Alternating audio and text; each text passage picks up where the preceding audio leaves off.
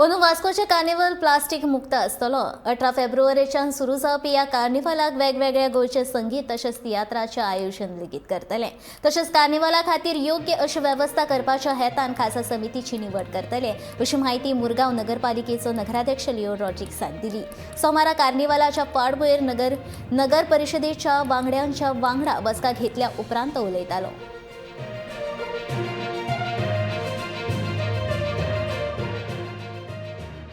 कार्निवला म्हणजे आमचे कार्निवल 18 चालू जातलो। कार्निवलाचे 4 दीस आसतलो। 20 तारखेक फ्लोट आसतलो आनी मागीर लास्ट डे आमचे हें आसतलें कोंकणी म्युजीक आसतलें।